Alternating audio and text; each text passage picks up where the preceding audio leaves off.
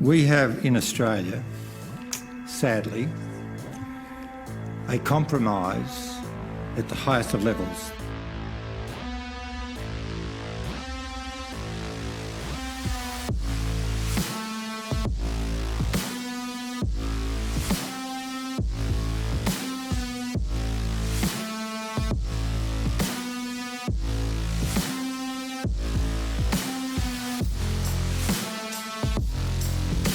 So, having produced a set of documents to the Royal Commission, which includes, disturbingly, documents that name in one document 28 people as alleged pedophiles, includes a whole lot of prominent people, and I think to protect the discretion of the Royal Commission, I won't comment on what the Commission thought, except that they thought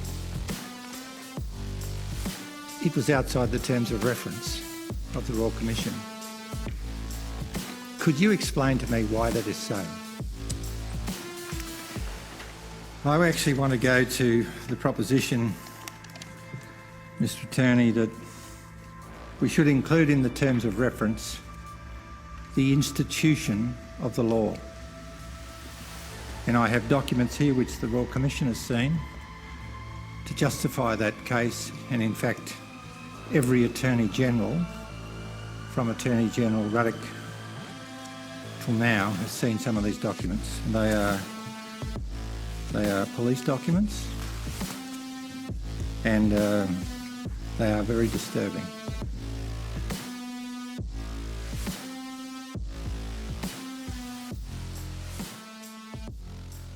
It's not so much the secret that's the problem. It's when a group of people, such as the 28 people on this page, keep each other's secrets, that the institution becomes compromised.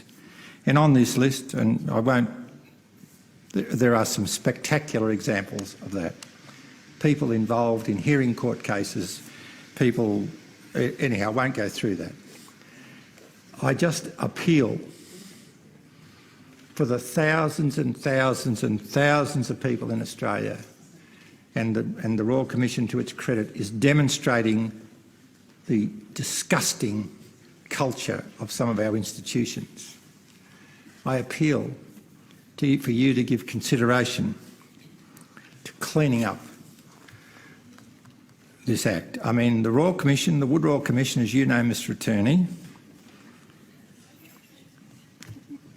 was about to explore who the legal fraternity people were that used to attend Costello's, the boy brothel club in Kellett Street, King's Cross. And I've actually got the list here. And a lot of them are still practising.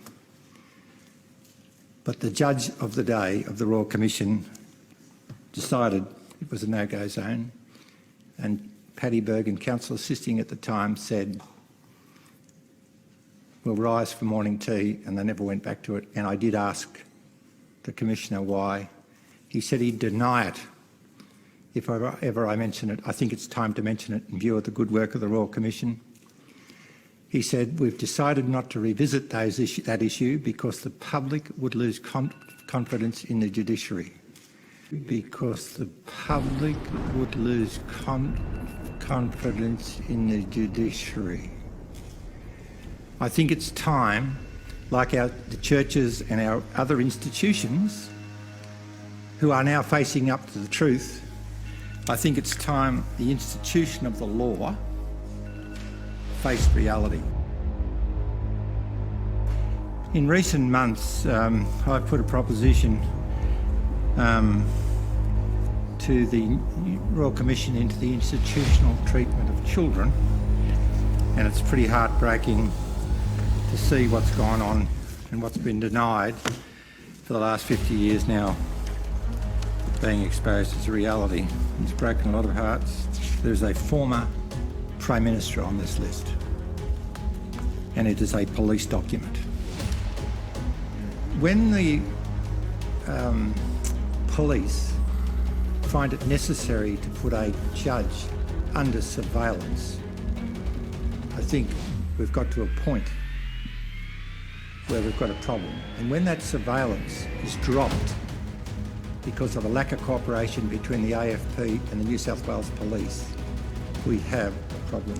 It's like the denial of the priests and the altar boys for 50 years. I've put forward a case which I initiated to remove a judge from the bench in New South Wales. During the hearing of the case and from the bench, during the case, said to the court that he thought the law was out of date and that sex for siblings should be now legal and that it shouldn't be illegal for men to have sex with children. And I found that despicable and despising and a complete bias of display from the bench. I've tried in vain to get a federal judicial commission. And I think the treatment in the federal jurisdiction of children by some people in the jurisdiction of the Family Law Court is disgusting and a disgrace, and some of those children are a tool for attorneys in representing cases. I think it's time we gave consideration to cleaning up the Act.